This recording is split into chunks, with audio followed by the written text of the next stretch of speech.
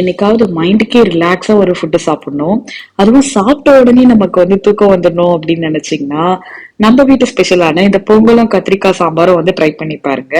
So நானுமே பாத்தீங்கன்னா இது மார்னிங்ல குக் பண்றதை விடவும் ஈவினிங் நம்ம ஒர்க் பிடிச்சிட்டு ரொம்ப டயர்டா வருவோம்ல. ஸோ அப்ப இந்த மாதிரி ட்ரை பண்ணி சாப்பிட்டோம்னா கொஞ்சம் எனர்ஜியாவும் ஃபீலா இருக்கும், ரிலாக்ஸா இருக்க மாதிரி இருக்கும். பொங்கல் தான் குக் பண்ண போறேன் அப்படின்னு நான் பிளான் பண்ணிட்டேன்னா ஒரு 10 மினிட்ஸ் பிஃபோரே அரிசி பருப்பு எல்லாம் ஊற வச்சிடலாம். இந்த மாதிரி ஊற வச்சு நம்ம குக் பண்ணும் போது பாத்தீங்கன்னா நல்லா சாஃப்டாவும் இருக்கும், பிளஸ் சீக்கிரமாவே நமக்கு குக் ஆகி வந்துடும். ஸோ அன்னைக்கு பாத்தீங்கன்னா ஒரு கிளாஸ் அரிசிக்கு 1/4 கிளாஸ் சிறுபருப்பு ஆட் பண்ணிருந்தேன். ஸோ இதெல்லாம் நல்லா வாஷ் பண்ணிட்டு 4 கிளாஸ் தண்ணி விட்டு வேக வைக்கும் போதே கொஞ்சம் மிளகு, சீரகம், பெருங்காயம், உப்பு, நெய் எல்லாம் ஆட் பண்ணி வேக வச்சோம்னா அந்த ஸ்மெல்லே பாத்தீங்கன்னா நம்ம பொங்கல் தான் குக் பண்றோம் அப்படின்ற அளவுக்கு அவ்வளோ ஒரு வாசனையா இருக்கும். ஸோ சைட்லயே கத்திரிக்காய் சாம்பாருக்கு பருப்பும் வேக போட்டாச்சு.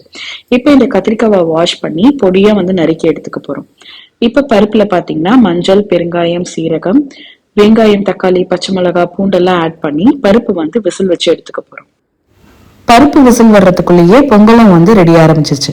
ஆக்சுவலா நம்ம குக்கர் மூடி போட்டு விசில் வச்சு நம்ம ஆஃப் பண்ணோம் அப்படின்னா அது கொஞ்சம் லைட்டா ஸ்டிக்கியான மாதிரி ஆயிடும்ன்றதுனால அன்னைக்கு விசில் வைக்காம இந்த மாதிரி ட்ரை பண்ணியிருந்தேன்.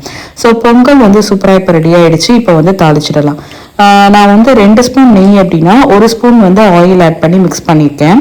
இது கூட மிளகு வெடிச்சதுக்கு அப்புறம் பொடியா சாப் பண்ண இஞ்சி, அதுக்கப்புறம் சீரகம் ஆட் பண்ணிட்டு கொஞ்சமா பெருங்காயம் ஆட் பண்ணிட்டு இதை பொங்கல்ல ஊத்திட போறோம்.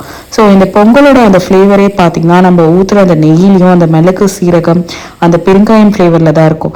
இது கூட கொஞ்சமா முந்திரி, கருவேப்பிலை ஆட் பண்ணிக்கிட்டோம் அப்படின்னா இன்னுமே ஃபிளேவர் சூப்பரா இருக்கும். நம்ம வீட்டு ஸ்டைல்ல வெண்பொங்கல் தலன்னு சூப்பரா ரெடி ஆயிடுச்சு.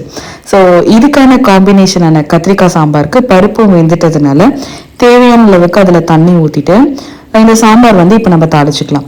இப்ப எண்ணெய் ஊத்திட்டு அதுல கடுகு, கொஞ்சம் சீரகம், அதுக்கப்புறம் பெருங்காயம் நான் எல்லாத்துக்கும் ஆட் பண்ணுவேன். அந்த ஃபிளேவர் நல்லா இருக்கும் அப்படின்றதுனால.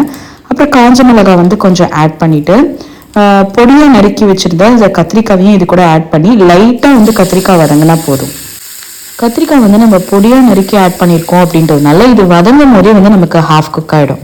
இப்ப இது எல்லாத்தையும் இந்த கொதிக்கிற சாம்பார்ல ஆட் பண்ணிட்டு காரத்துக்கு கொஞ்சமா குழம்பு மிளகாய் தூளும் சாம்பாருக்கு தேவையான உப்பை ஆட் பண்ணிக்கிறேன். ஸோ இப்போ அது நல்லா கொதிச்சு கத்திரிக்காய் கொஞ்சம் வெந்ததுக்கு அப்புறம் கொத்தமல்லி நம்ம போட்டு ஸ்டவ் ஆஃப் பண்ணிட்டோம் அப்படின்னா நம்ம வீட்டு ஸ்டைல்ல வெண்பொங்கலுக்கு ஏற்ற ஒரு சூப்பரான டிஃபன் கத்திரிக்காய் சாம்பார் ரெடி.